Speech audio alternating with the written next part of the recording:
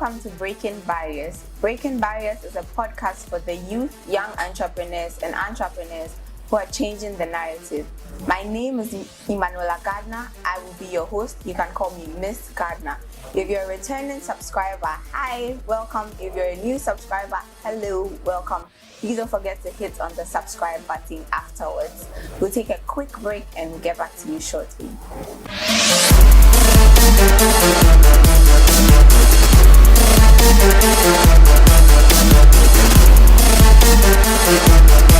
Welcome back. Our guest today is a self-employed nail technician, current law student at the University of Ghana, a graduate of the University of Ghana Business and Administration with e-commerce, and a long-time friend. Abna Jewa is my guest for today. Hi Abna. Hello. How are you doing? Fine, thank you. Did I bring you out of your comfort zone? I mean, your regular route. Yes. Because you had difficulty getting in here. Yes, I But did. it wasn't bad. No, It wasn't bad. no, it wasn't because I was on time. So it wasn't bad. My team and I apologize for that. Thank you very much for even accepting to do this. Oh, you're welcome. But then I know you from secondary school because that's where we met.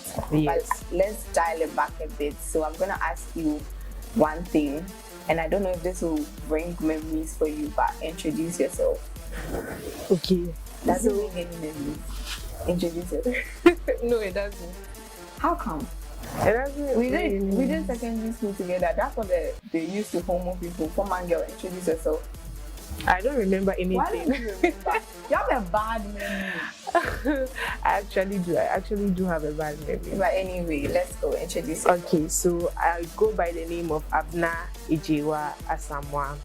I am 24 years of age. I'm currently a law student at University of Ghana, Legon. I finished my undergrad at University of Ghana, Legon. I graduated from the business school. So basically, I'm a self-employed person now, and I fix nails for people. So that's what I'm doing now, alongside school. Yes. Let's do a brief family history, like background. What's the family dynamic when you're growing up? So I am the firstborn daughter of my parents. Yeah. My father is a lawyer. My mom is a public servant, and she works at the University of Ghana, Legon. And I have two other siblings apart from me. We are all girls. So we only have girls in the house. No boy to stress my father out. So I disagree with that. Let me just cut you in there. I think girls are more stressful than guys. I disagree with you. No, because I can speak because me too, we are all girls. No, boys are stressful. No one's come and move his car and things. His cars are there. No one is coming to spoil anybody's car. Everybody's minding their business. So I think having girls is a blessing. Yes. No offense to the boys and Yeah, the parents yes, of boys, but having girls is a walk in the park. Is it? Yes. Some people will disagree. That's But anyway, them. that's you. But you're the firstborn, and obviously, firstborns have like tons and tons and tons of responsibility. But growing up, the responsibility on you then for your younger siblings compared to now, how different is it, or how was it then and how is it now? So I'll say it has been the same since I was a child. I've been taking care of my sister. Initially we were two. Yeah. And then 8 years later, my mother added another daughter. Oh, that's the pension baby. Yes. So I've been taking care of my sister right after me since I was a child. Yeah. So sometimes when I go out with my friends, they laugh at me that I act like a mother. It's not because I act like a mother. It's because of how I was brought up. I was brought up to take care of my little sister, to watch what she eats, to watch what she does in school. So when we were in nursery school, for example, I go to the class before she comes to class. So when we get there, I'll tell her, hey, yeah, this is what is going on in the class. This is how the teacher is. So before you get there, prepare yourself. So it has always been like that. I've grown to always take care of my sisters. And now that I have grown up. Yeah. I take care of my father, I take care of my mother. It's part of me. I can't live without worrying about my parents or my sisters. That's just how I've been brought up. So it's the same for me. So I'm used to it.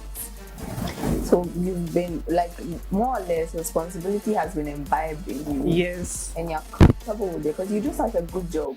And you have such a good relationship with your siblings. I mean, you know how sometimes growing up, girls have like, there's always a bit of shuffle in there. Oh, Yeah. mommy likes this person more than me, or daddy likes this person more than me. But from what you're saying, in terms of responsibility, even with all those shuffles that go on in the background, it doesn't prevent you from doing the job a firstborn is supposed to do. No, it doesn't. Because my mom always, and my mom, we always say, oh, my mom at home, we're always like, she stresses us. Yeah. She's always making. But my mother is a very good mother.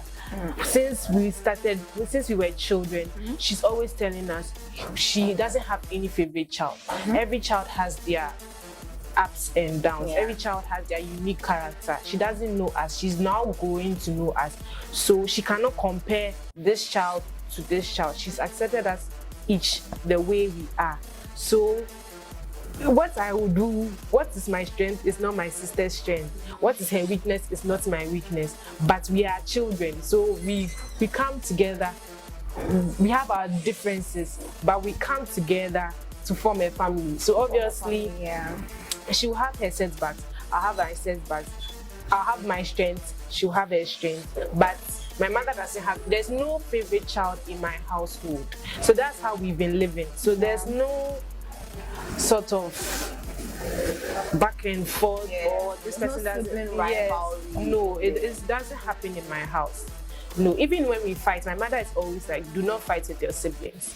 Do not fight with your siblings. Even when we fight, she tries to bring us together. Mothers have such an Yes. important, like the glue in families, honestly. True. But we've done your family. Is there anything you'd like to add? Like when you sit and look at the state of your family right now, like is there anything you'd like to add or change?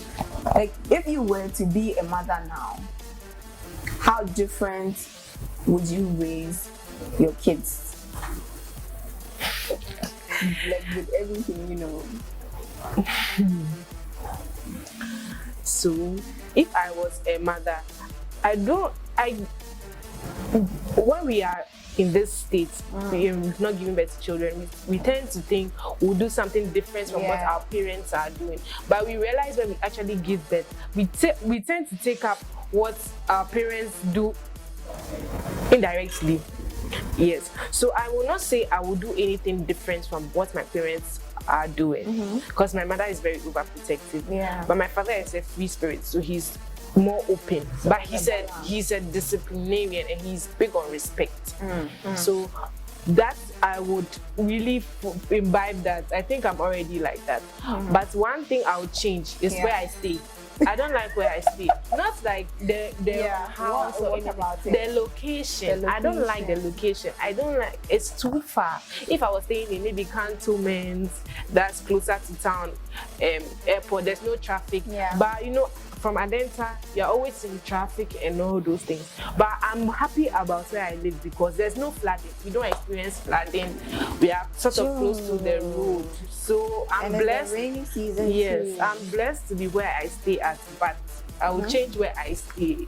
Given one or two things Yes, in I'll change consideration. where I stay. That's fair. So now I met you in secondary school. Yes. But let's do a quick trip down memory lane, very brief.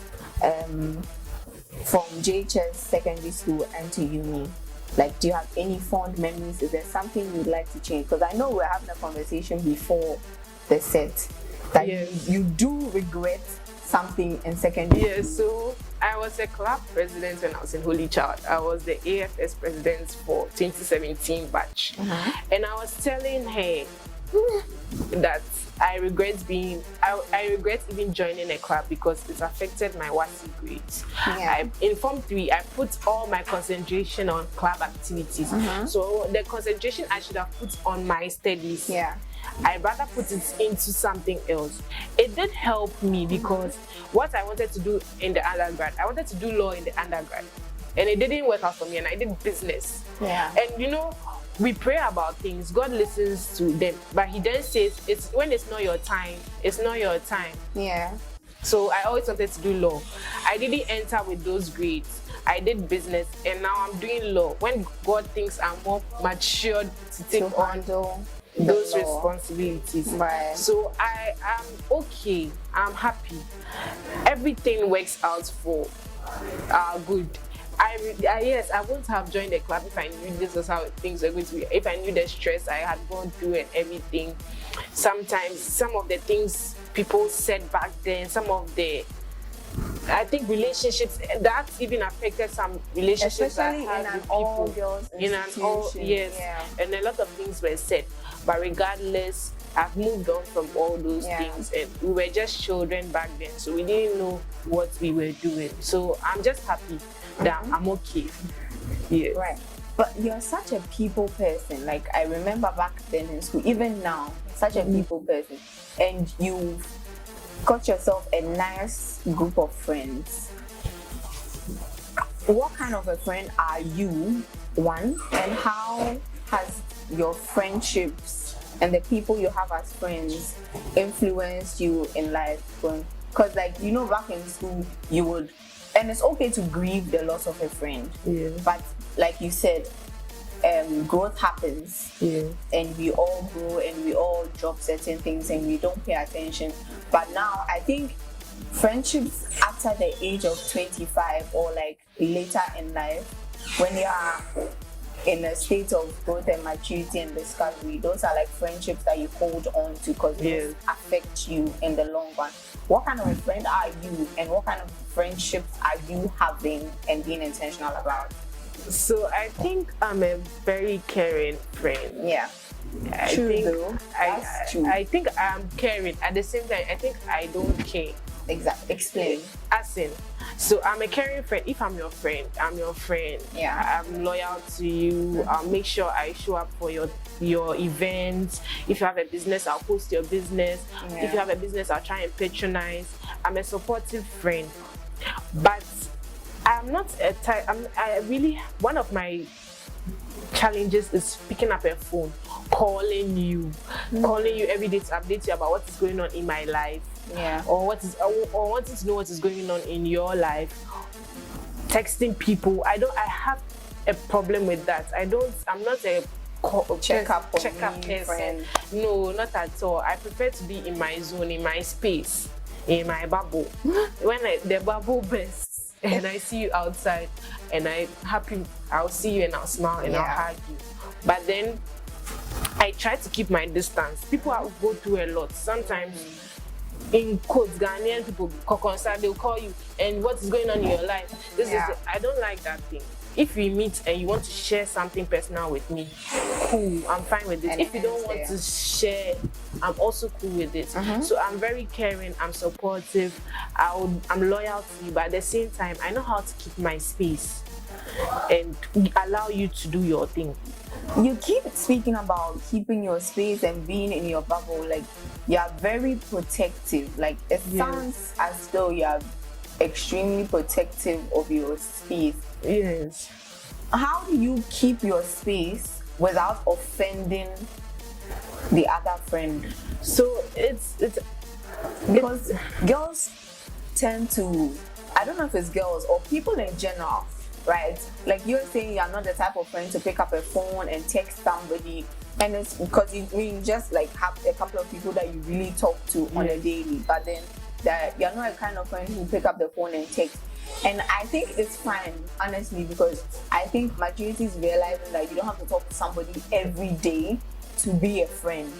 But at the same time, there are some people who disagree, and you saying that I keep my space, I keep to myself, you're protecting your space and your energy. But how are you protecting it so that the other person is not offended? Okay, so it's basically about knowing your friends. Yeah. knowing the kind of friends you have. I have friends that are carefree. I have friends that are also in their shell. I have friends that are secretive. I have friends that are always partying here and there. Yeah. I'm a free spirit. Yeah, true. Guys, let's not lie. So it's not my fault. I move with the flow. I read the room. So if I see the kind of person you are, then I adjust my energy to you. Suit you. Yes. Yeah. That's what But anyway, we're talking for a minute now. So I'm just gonna be the perfect host and then just pour you a drink. Thank This you. drink is from the Berry Company. They are manufacturers of fresh juices packaged in eco-friendly containers. It's good for vegans and vegetarians alike. You can use it for your cocktails and mixes.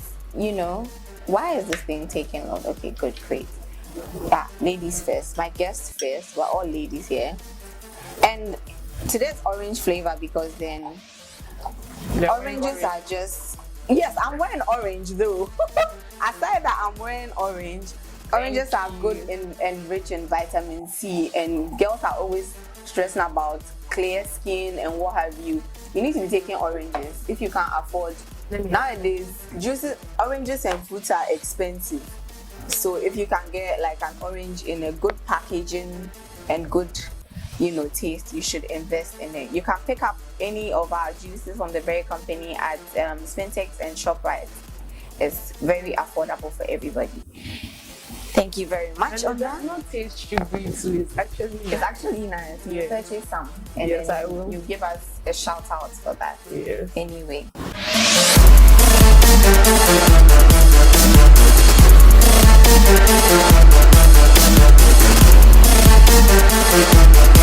Welcome back. Once again, thank you to the Berry Company, manufacturers of fresh juice and packaged eco-friendly containers, which can be used for cocktails, mocktails, and every other mix of yours. Abena, we're still on education, right? Okay. And you've had such good education, and I know that I don't know if you know, but if you can recall, sometime back in the news, the Ghana education was ranked out of like 183 countries, basic and secondary. But then for tertiary, I think we were ranked out of 144 or 167. I'm not really sure, guys. And tertiary education was ranked at 94, which is way better than the basic and secondary education, because basic was ranked at 125 out of 183, and secondary was ranked at 137 out of 167, which is like huge, right? And so since these rankings came out, the debate and questions have been around the quality of education in the Ghana education system, in Ghana at large. For you, having received good education from JHS, SHS, and tertiary, and still in tertiary for your second degree, what exactly do you think is the problem that we are not highlighting, or what do you think we should look at instead of focusing and saying it's just the quality of education? So this country, we don't look internally, we are always looking externally. Yeah. Okay, so there are so many problems with the education system. First, the books, the mode of learning, the time we go to school, the break time, the time we come back home. Everything is a problem. Then what is in the curriculum? What are they teaching us? They are teaching us, for example, someone who is doing IT in the University of Ghana, but there's no laptop. If you don't have your laptop, you can't do IT. There's no lab with furnished laptops or modern equipment. They are not playing with tools. You are writing code. You are not coding on the laptop. You are writing code. Why are you writing code when you are supposed to be coding? And it should be practical. It should not be theory. So when we go out to work, we are found wanting. Yeah, it's true. It's true. A lot of things are theoretically based. Everything is theory in this country. So even with me, I've been in this theory. So now when I was learning nails, the shock of my life now is practical. I'm not going to learn with a book. Come and see me when I'm applying the acrylic and it's not moving. Then the guy will come, madam, what are you doing? Then I'll start crying because my mind is book. So now applying with my hand, I can't do it. Yeah. Because with the skill, you are using your hand, you are using your brain, you are using time. So if you are not fast enough, if you are not strong-willed, you will give up. Yeah.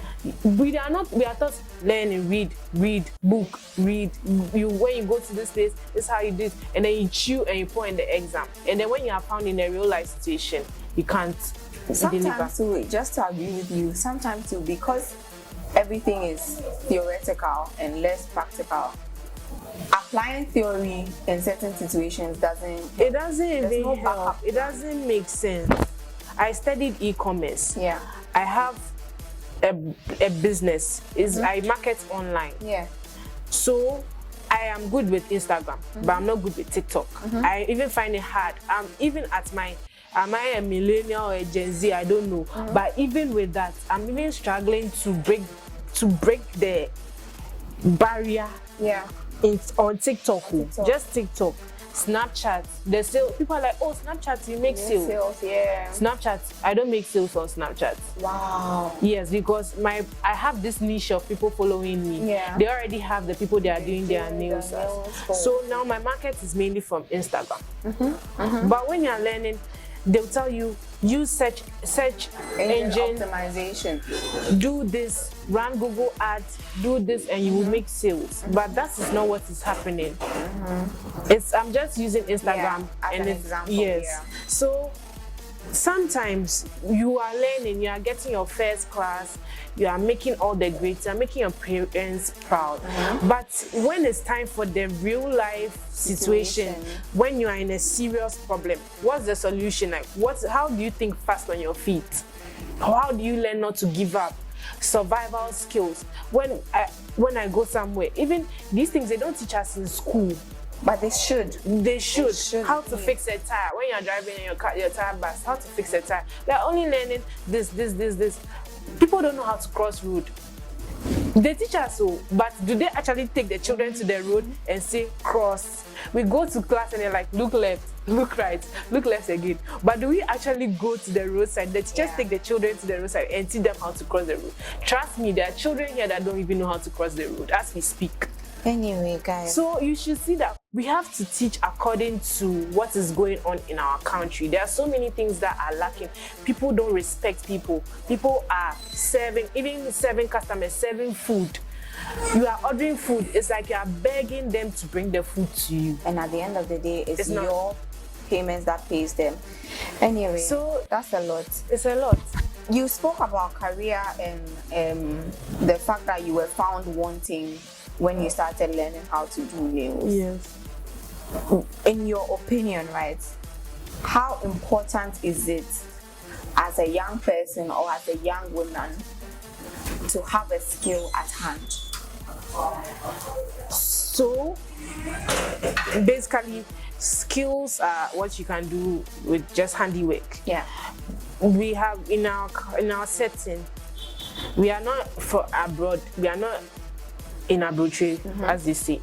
So they have the culture of buying food. If you can cook, you are some magnificent person. But here, as a woman, your skill is to cook. Cook for your husband, cook for the household, cook to survive. We don't have that luxury of always buying food. For a woman, a basic, you have to know how to. Your skill should be to cook. Yeah. Or adding small cleaning. But your skill should be to cook, know how to just make a meal. But if you want to go beyond that, you can learn how to braid, catering, event planning, nails, all those things. They are all handiwork. But then let me tell you something about those things. You need to have confidence. You need to have an ego. Because you can be learning and someone will come and bruise your ego. Yeah. And it's not these people that know how to speak English that will bruise your ego. People that you think... Yeah. So sorry to say, people that are educated look down on are the people that are now teaching you. People who have not really been to the formal education system we've been to are now teaching you. So you become their apprentice. And they'll be like, say, those things. And you are sad because, how can't I do this? How can't I apply this? How can't I do this? You know what? Those people, they are standing there, they are shouting on them, and they are standing there, they are doing it. But you are not you've not been through that system, yes. So you don't know how hard it is. Sometimes when you come, some customers are rude to you. Yeah. I worked on a girl. I was not perfect at that time. I was still like learning with some. Yeah. I don't know how the girl saw me. I don't know. At that time, I cut my hair, so I think I looked like some child, some child that I don't know anything. And this girl started talking to me anyhow. And I told her that, watch yourself. Like, just because I'm doing your nails does not mean you can speak to me anyhow. And I stopped and said that the other girl should come and do it for him. And she went to report me to the girl. Long story short, she felt embarrassed because of the way she treated me. She later went to change her mind that I stopped doing her leg. We almost fought, but you cannot, just because I'm rendering you a service or just because at that point I'm lower than you, it does not guarantee you talk to me anyhow or because you think it's something easy. Stick on. So you can't do stick on. If it was easy, you buy the things and do it in your house. Why do you come to a salon if it was easy? Do you get it? So we have to learn. If you are learning a skill, you have to be confident. You have to rely on God. You can't do anything without God. You can't even start this thing without God, because God is the one giving you the confidence. God is the one pushing you to do it. Sometimes you go, people are looking down on you. You are not happy. You are depressed. You even start and people are not coming. But it's God. Everything is prayer. Just concentrating on yourself. You see someone's page is better than yours. They are getting customers. They are getting followers. They have 15K followers and you are 208 something followers. Calm down. Your time will come. Everybody is in their lane. Everybody has their place. So I don't see why we should compare ourselves to each other. Yeah, that's true. If you want to cool yourself down, you go to their followers and go and check. Are they real people or it's Indians and those people? Not to say anything bad, but just a culture of buying followers. Buying followers. Some people, their followers are inflated. Yeah. Okay, so everybody should just calm down. Yeah. I'm not being too hard. I'm not being too hard, or I'm not being too real. Or I don't want to look down a lot of things should be but real. There are so many things going on in the system that you are doing okay. If you have a business or you're starting out or you're doing something and you feel you are not there yet, it's okay. You started. That's just enough for you. Yeah. You'll get there one day. Anyway, so currently Ghana's unemployment rate stands at 14%. Okay. That's our unemployment rate. And people in this bracket are of the ages of 15 to 35. And within this 15 to 35 bracket, a large percentage of it that remain unemployed are women. Okay. Right? And so my own is, as a woman in entrepreneurship, there's a common myth that women are not suitable for entrepreneurship or suitable to even work from like time immemorial. This has been one myth that has managed to keep women in the minority or in the background for a lot of things. As a woman in entrepreneurship, how do you maintain a healthy life balance, work, academics, even life in general? How are you maintaining that balance to dispel that myth whereby women shouldn't be allowed to engage in work-related activities because they do not know how to manage and prioritize these aspects of their life? So I'll just go back. I'll just hit on this point again. Know yourself. I know myself. I have worked with people. I've worked in institutions. I'm not good with pressure. So I know that I can work for somebody. I'll do a great job. But I can't work under pressure. If I work any small pressure, it's like I'm coming to fall sick. Or I'll be stressed. As you said, I'll be talking plenty. So me, I know myself. I know that working for somebody will not be healthy for me. Yeah. So I decided that I'll do my own thing. That's why I started the business. Okay. So that I can control certain things like timing. I can control how I eat, how I do things, how I sleep. When you're working for somebody, you have to wake up at a certain time. You have to do what they want. But this time, I'm doing what I want for myself. So I'm comfortable with where you are and what you've taken. Yes. Some people are good working with under others. Pressure. Yes, they like pressure. They like to see other people at work. Yeah. I'm not that kind of person. Right. So then you've been doing nails for the past 14 months. Yeah. At what point in time did you decide that I want to do nails? And then when you decided, what was the response, and did you have any support? And when you said that you wanted to do nails, because then you're a graduate. Yes. So when I started getting the interest, I'm not a nails person. It's actually my sister that likes to do those. Yeah. It's very but I'm not a nails person. But the nail tech I used to go to, she's very friendly, very good person, like nice. So it was through her I started getting the interest, and I said, oh, I want to learn and help her. Because I liked the way she was, like her human relations. She's very friendly, very nice. She explains the processes to you, what you're supposed to do to your nails, so that your nails will be healthy. So it was through her that I got the interest, and she directed me. Oh, she studied here. So I actually went there to study, and I realized it was not easy as she made it look like. Because she's had years of... Yes, she's also a graduate. Yeah, but like she's had years... Yes, than you have. Yes, she has more years than I have. Okay. So I got the interest from going to her to do my nails. Okay. That's how I got the interest. And when I told my mom, my mother did not say anything. She was like, at that time, I told her during my national service time, and I was not doing anything. So my mother actually paid for me to go and learn. You did your service at Ministry of Foreign Affairs. Yes. How'd you find it? It was okay. Anyway. Yes. So my mom was saying, oh, since I'm not doing anything, since my work, I'm not yet been posted to where I have to work. Yeah. I should do that in the meantime. I should just learn in the meantime. And then my father supported me after I finished learning. He set up a small place for me.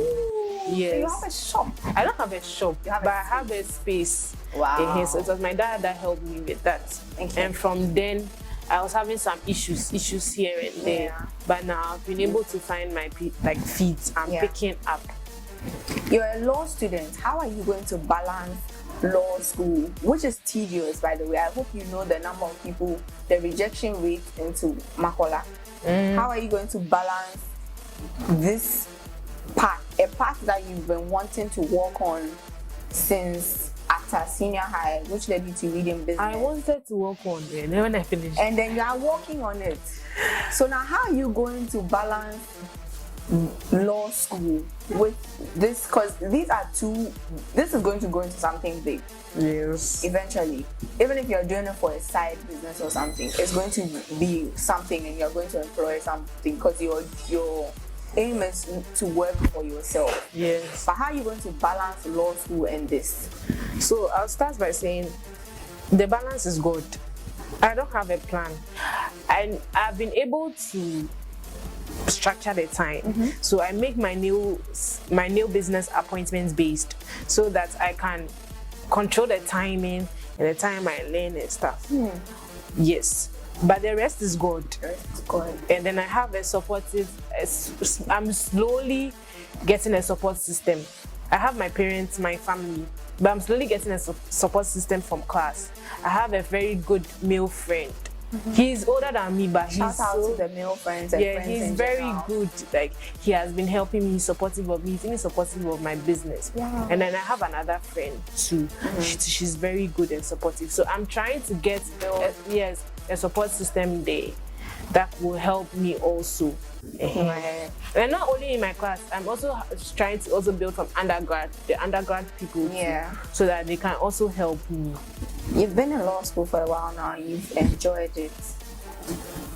I would not say I've enjoyed it that much, but I have met some people that have made it interesting For you. for me. Right. So just about wrapping up this episode. Is there anything you would like to tell a startup person? So I would say don't give up. This is Ghana. People will talk about you. People will say things. So I'll say don't give up. Yeah. This is Ghana. People will talk about you. People will say things behind your back and even say things to you. Just be patient. Just be calm. And trust God. Before anything else, trust God. Pray to God about everything. Even when people are not coming, just pray to God about everything. And believe in yourself. You will get people who will support you. You get people who will encourage you, keep encouraging you. And you need friends. Not friends. I'm not saying you need friends. My friends support me. Even if they don't come, they are posting my work. They are sending me encouraging messages, commenting on my work. So I know that I'm doing something. I'm not yet there, but I have people who see that I'm making an effort. It's all about effort. Once you start, you see that you get people who actually recognize your efforts. You will get your people. Everybody's not your person. Someone will come once and will not come again. You will get your people, and that's okay. Just don't compare yourself to anybody. Love yourself, love your business, and you'll be fine. And love God. Yes, that's it. You speak about God so much. I know I said we're wrapping up, but I'm going to wrap up with your relationship with God. Okay. Because you've spoken about God so much in this conversation that I would like to end with him. Okay. What is your relationship with God? So I'll say I have a very close relationship with God. I try to read my Bible every day. I've slowed down a bit now, but I try to read my Bible every day. There are certain things that I feel I'm not supposed to do this. Even when I'm supposed to do it, I feel it in me. Maybe I'm not supposed to do it. It's like a spirit thing. I have friends too that are into God. So sometimes when I have an issue, I text them, oh, this and this and this. When I'm speaking to people, I always say, do you pray about it first before you make that decision? When you want to make a decision, do you talk to God about it? It's very important. I have a book. I in my notes app, I actually have logged prayers, logged prayer points. I have a book where I pray. I have my Bible. I've invested in those things to show you that I don't play with God. You might, if you look at me, you might think, but I don't play with God. And I respect people. Respect is important. Wherever we go, wherever we see people, we have to respect them. Whether they are not part of our class or whether we don't know who they are. So we have to respect people. It's very important. It's a culture that is slowly fading away in Ghana.